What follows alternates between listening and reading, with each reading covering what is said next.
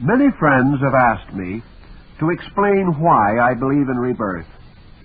For some reason it occurred to me when I was only 5 or 6 years old to contemplate with the slender resources available at that time the nature of my own existence. It seemed perfectly natural to assume that I had always existed. No one suggested this to me, nor would family discussion have been of any help. It was simply an insistent conviction that I had lived before, somewhere, sometime. My efforts to explore this problem were not especially successful, because consciousness seemed to disappear in an infancy that was dark and silent. Self-consciousness, however, did not seem to be a beginning, but an awakening out of sleep. It seemed to fulfill an expectation, like a person who, retiring for the night, was resolved to awaken at a certain time. It was difficult to figure out why I had awakened when I did, and in the particular environment which surrounded me. My feelings can be summed up as a simple predisposition to accept rebirth as an obvious and inescapable fact, so real and certain that it required neither proof nor defense. As time passed, I learned that the doctrine of rebirth is not a minority belief held only by a small group of eccentric individuals. Actually, it is one of the oldest and most universally distributed of all concepts bearing upon the total existence of man. It is held in common by members of every race and all levels of culture, from the savage to the sage. There is no reason to apologize because we are interested in a doctrine that has flourished for thousands of years, was publicly taught by Gautama Buddha, and stoutly defended by Pythagoras, Socrates, and Plato. Nor is it an old belief long outgrown, for in this time, our 20th century, nearly 1/2 the population of the world accepts the law of rebirth in some form or to some degree, and this number is constantly increasing. Such statistics in no way prove rebirth to be true, but they do indicate that it is a major religious and philosophical conviction, entitled to as much consideration and respect as any other teaching relating to the origin and destiny of man. In this little talk, we shall devote no further time to the weighing of historical evidence, or an attempt to prove our point by reference to tradition or authority. My own beliefs are not based upon the fashions of any age, the opinions of the learned, or the teachings of the venerated. I would hold it a sacred right to agree or disagree with anyone, past or present. To me, the only valid foundation for conviction is such personal insight as I may possess, and such experience as has arisen, by which this insight is tested through applications. We must all believe in something, and even unbelief is only a negative kind of believing. Unfortunately, there is no way to prove spiritual truths to universal satisfaction. If then, for my own well-being, I must build my internal life upon some concept, I can choose such a concept as seems most suitable to my requirements, best calculated to contribute to a full and useful life, and in closest conformity with my highest ethical and moral convictions. The belief in rebirth has met this need in myself, and experience has shown me beyond doubt that it has helped countless persons to build a more gracious and intelligent way of life. At this point, it might be well to define our subject. The doctrine of rebirth affirms that man, as a rational being, is not identical with the body that he inhabits, that he has an eternal existence apart from body, and that in the course of personal growth he is born many times into the physical world. This series of embodiments makes possible the unfoldment of human consciousness and the orderly release and development of the infinite potential locked within man. At any given time, therefore, man is the sum of his own past achievements. He must meet and face the present requirements of growth, and he is the architect of his own future. There can be nothing more useful or necessary to the individual than a basic philosophy for living, and codes of conduct are usually founded in religious convictions. Let us consider, then, our definition of rebirth in the light of those spiritual concepts which we have long held sacred. As a student of comparative religion, it seems to me that there are three essential doctrines which all enlightened religions hold in common. The first of these affirms that there is a supreme power or principle at the root of existence, which we usually call God, and that this absolute being, this source of life, is responsible for the unfoldment of creation. The law of rebirth assumes the reality of such a superior and infinite being, and demonstrates how this being attains its purposes in a lawful and understandable manner. The second essential doctrine of religion is the immortality of the human soul. This is the belief that man, transcending death, survives as a spiritual being, having an existence outside of and apart from the physical body in which he dwells during his material life. The superior and immortal part of man is more important than his body, and should be given proper and due consideration.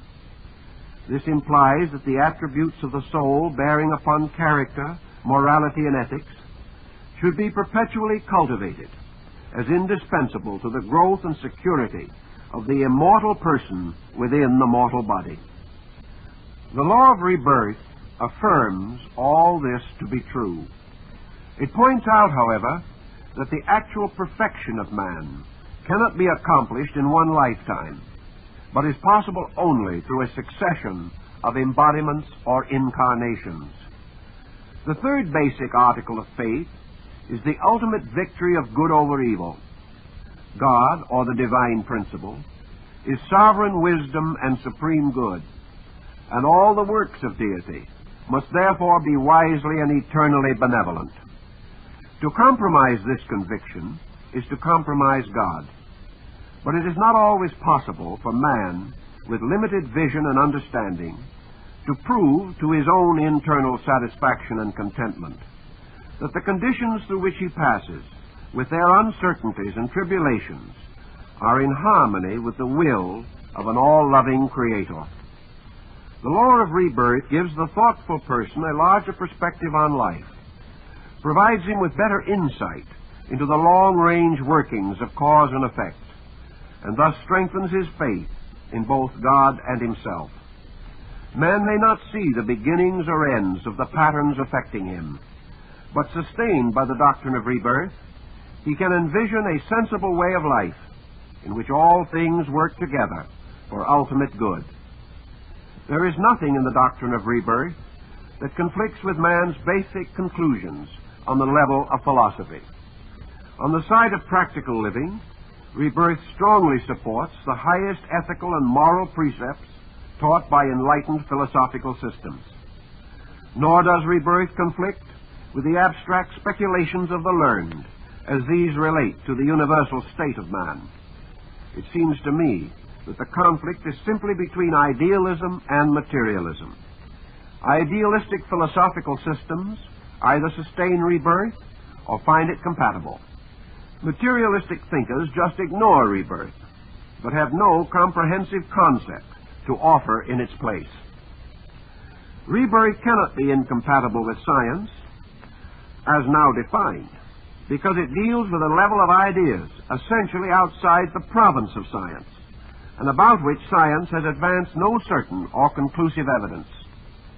Psychology, an art which is assuming scientific status, has taken the attitude that the mystery of man's inner life is solvable, and is gradually but surely differentiating between the person and the body which he inhabits. In view of these present trends, it is quite possible that the next important scientific discovery will bear upon the continuity of consciousness after death, and apart from the physical organism. Certainly, evidence is accumulating, which sustains rather than refutes the teachings of rebirth. To me, therefore, this doctrine is especially valuable, because it does not force me to accept anything that appears unreasonable in any branch of learning, nor does it require that I reject the advantages of knowledge or the benefits of progress in religion, philosophy, or science. It places no arbitrary limitations upon the future unfoldment of learning, for it encourages advancement in every field. It is suitable to all degrees of scholarship, being as useful and inspiring to the uneducated as to the educated. Unlike many popular concepts, it cannot be quickly outgrown or come into conflict with new discoveries. Rather, it encourages reflection and rescues my thinking from the conflicts of dogmas and the clash of creeds.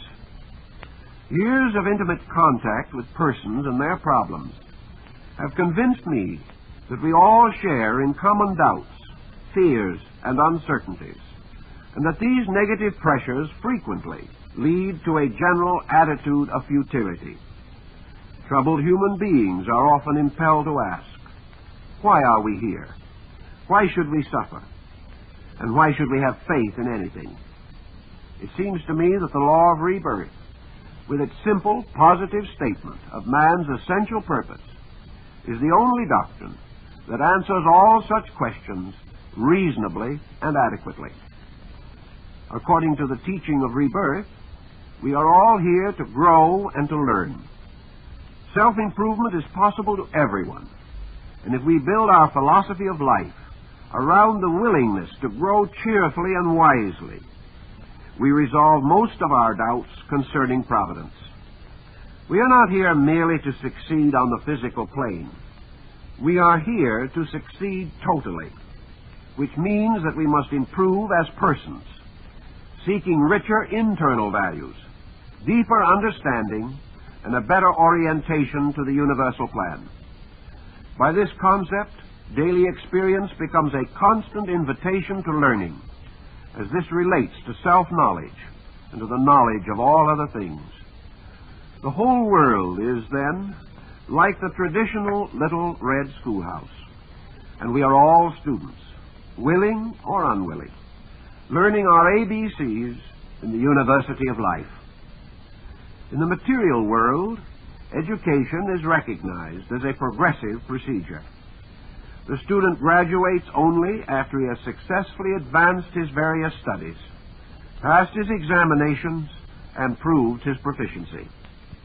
By this process, it requires nearly 20 years to prepare the average child for a trade or profession, and much of his nature has remained uncultivated. It is also obvious that his internal life has been almost totally neglected. Accepting these evident facts, is it conceivable that man can attain complete spiritual maturity as a citizen of the universe in any single lifetime, regardless of ability or sincerity? Man is eternal, learning is eternal, and the doctrine of rebirth provides the individual with conditions favorable for the final attainment of true wisdom and understanding.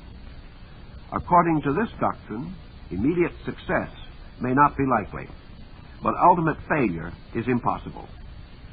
We live in a universe of infinite opportunity. We advance in the school of life according to ability and inclination, moved forward by the gentle but insistent proddings of the greatest of all teachers, the law of necessity.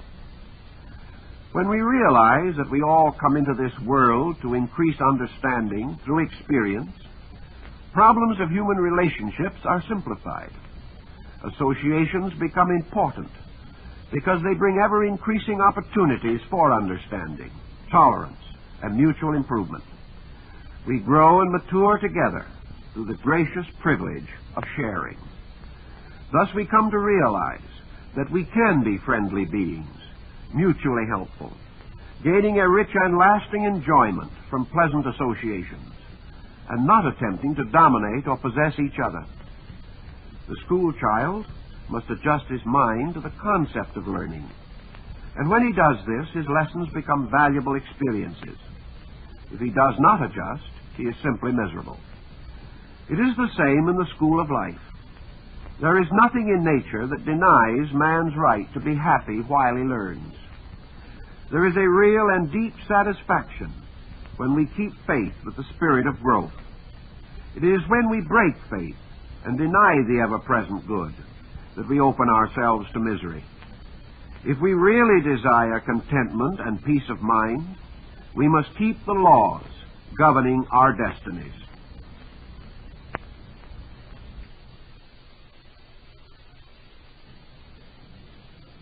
This is the end of the recording on side 1.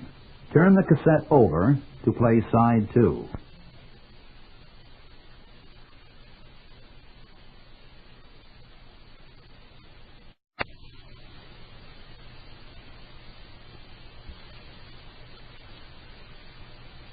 A successful, well-adjusted life must be built upon a solid internal faith and conviction. This means that we must know with inner certainty where we came from, why we are here, and whither we are going. In working with human problems, I have always noticed that the troubled person is the one whose basic beliefs are deficient. Let us see how the doctrine of rebirth supplies a working formula for right conduct. If we have lived in this world before, we bring with us into physical birth the total of our previous abilities and debilities. We are not new creatures, but living souls in the midstream of existence. There is a simple answer, therefore, to the question, where did we come from? We came from our own yesterdays, stretching back over hundreds of thousands of years. The newborn infant will inevitably develop a disposition, bearing witness to the things he has done before, to the persons he has been. The practical result, in conduct, of this knowledge is that it is no longer necessary to blame our associates or environment for our troubles, or to feel that some are born to be happy and others to be miserable. We have earned certain good things for ourselves by former action. We have also made mistakes and permitted false concepts to influence our character. In other words, we are in the process of working out causes which we ourselves set in motion, either in the present life or in former lives.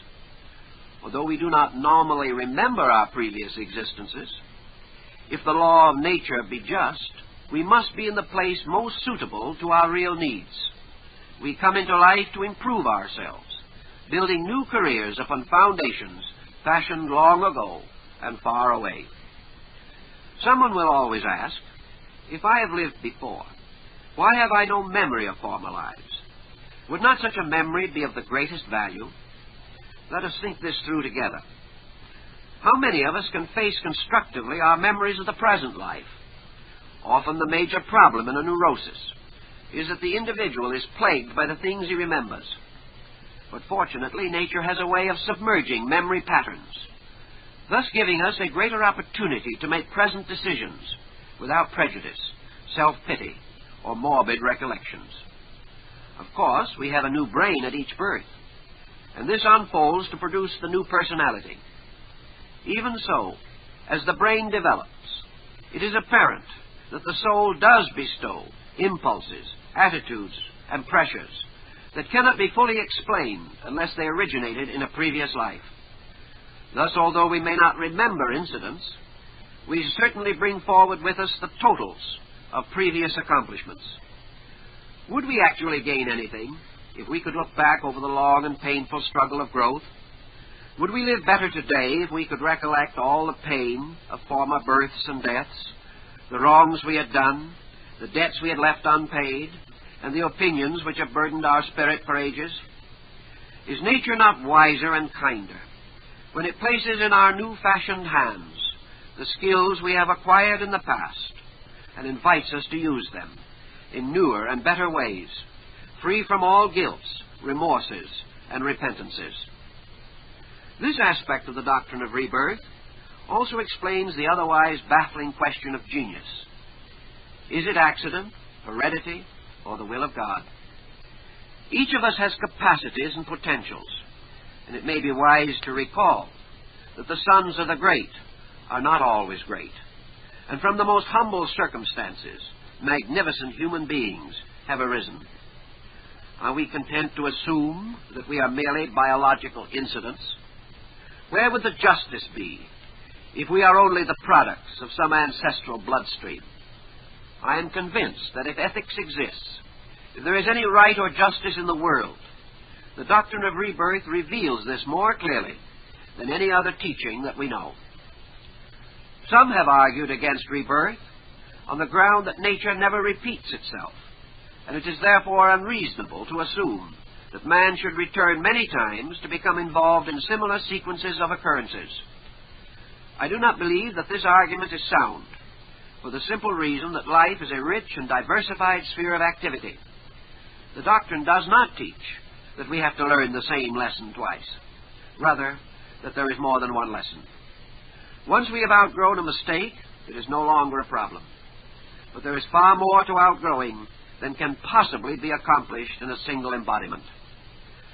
The prospect of reliving a difficult career is not attractive, but rebirth teaches that education is progressive, not repetitive. Problems can exist only in those areas where our abilities are undeveloped or insufficient. Some of us, for example, are no longer troubled with possessiveness, but we are still burdened with fear, or worry, or a bad temper.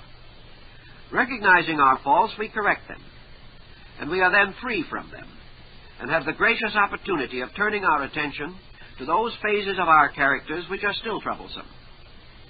If we bear in mind that it is the soul or psychic self, and not the body, that is unfolding, and that the permanent records of growth are preserved in the soul, and not the brain, we will appreciate why we are so strongly impelled by our own psychic instincts and intuitions, which make available to us the real picture of our complete selves.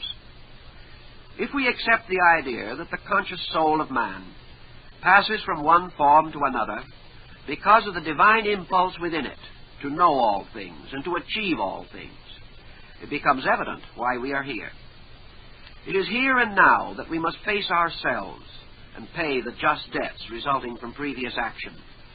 To the honest man, this is not a punishment. Our human society decrees that we must meet our obligations. If we borrow money, we must pay it back. If we are improvident, impoverishment is likely to result. If we are unpleasant, we will be lonely and neglected. If we are unkind, we will lose the esteem and respect of our friends. On the more optimistic side, no good deed is without its ultimate reward. What we have earned comes to us, and we have the privilege of planning a constructive destiny, sincerely convinced that we can so live that we deserve greater opportunity and happier circumstances in the future. The doctrine of rebirth, therefore, teaches that life is based upon a merit system, with equality of opportunity, privileges, and responsibility. When we come to know internally that this is true, it gives us a stronger and more lasting faith. There are no longer any accidents. Good and evil are terms to cover our just deserts. Good rewards good, and evil penalizes evil. If we keep the laws governing life, these laws will protect us. And we know as an eternal fact that as we sow, so shall we reap. Most of all, we are encouraged to plan a proper destiny, fully knowing that it is in our own power to earn security and peace of mind, and that when we have earned a better condition, nothing can prevent us from enjoying the results. It is evident that this teaching, with its all-embracing pattern, should also solve the riddle of whither we are going. We are moving forward into the future that we are building for ourselves. Tomorrow is based upon the works of today. As we have lived before and live now, so we shall live again. And the transition of death in no way interferes with the journey of the soul. Why should we fear life? Why should we want to escape into some fabled paradise? We may be uncomfortable in our present life, but if we recognize and correct the causes within ourselves, we can face the future with cheerfulness of spirit. If we live well, there is nothing to fear, here or hereafter. If we understand ourselves and our place in the universal plan, we will want to grow. Perhaps the body we inhabit is fatigued with age. but the life in man cannot and will not accept infirmity or death. The wise look forward to new and greater opportunity for progress and service. It is only the tired and disillusioned who are afraid to contemplate rebirth. Weariness is not due to the universal plan through which we are evolving. It is due only to our own ignorance and the negative attitudes we have not conquered. Once the light shines in our own hearts, we love life and realize the blessed privilege of sharing the good things that life bestows. Thus, indeed, death is dissolved in immortality. For many people, old age and the fear of death seem to close forever the door of opportunity. The materialistic attitude toward death has resulted in the widespread belief that life belongs to the young and that it is useless to begin new projects in older years. The doctrine of rebirth changes all this by bestowing the conviction that it is never too late to build for the future or to advance some program for self-improvement. We really have no proof that the death of the body is the end of the individual, but as long as we identify ourselves with our bodies, we will fear any circumstance which will injure or destroy that body. Such fear, whether we realize it or not, destroys the dignity of life, even while we live. Yet actually, man cannot experience death, for he is himself part of life, and he instinctively believes that life cannot die. When we accept rebirth, therefore, we sustain one of the deepest of our internal convictions. Inspired by the realization that we move forward along a path of infinite opportunity, we experience a deep and abiding confidence in the divine plan. When we are freed from negative forebodings by our acceptance of immortality, death is no longer the master of destiny, but the wise and faithful servant of life. The doctrine of rebirth brings a wonderful serenity of spirit into our lives. We realize that we live in a good world with essentially fine people, and we all share together wonderful opportunities for self-improvement. We no longer find it possible to blame others for our own faults or mistakes. Self-improvement remains a constant challenge, but we learn to labor patiently, knowing that competitive procedures which might bring sorrow or misfortune to others are unnecessary. Progress is natural, simple, and inevitable, and whatever time is needed for the perfection of any work is available. Excessive ambition, dissatisfaction, envy, jealousy, all these negative elements lose their power to tyrannize and oppress the soul, for we know that we have the right to earn whatever we need for our own happiness and security. What we deserve will come to us. Our labor is to become more deserving. Because I believe in rebirth, I can look forward to the changes of the years without anxiety, bear adversity with patience, certain in myself that all creatures, from the least to the greatest, are growing and unfolding according to the cosmic plan. I can worship God without reservation, convinced that no arbitrary power, superior or inferior, can interfere with the vast program of progress to which we all belong. The past bestows experience, the present, numerous valuable lessons, the future, infinite opportunity. I therefore choose to believe in the doctrine of rebirth, because it sustains my veneration for life and reveals to me the loving wisdom of God, the integrity of natural law, and the dignity of the human soul.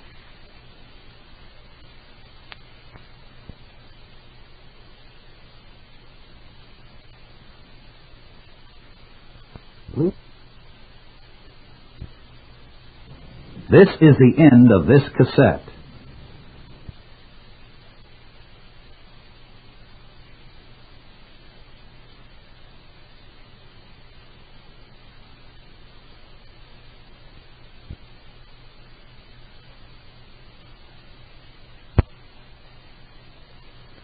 Reveals to me the loving wisdom of God, the integrity of natural law, and the dignity of the human soul.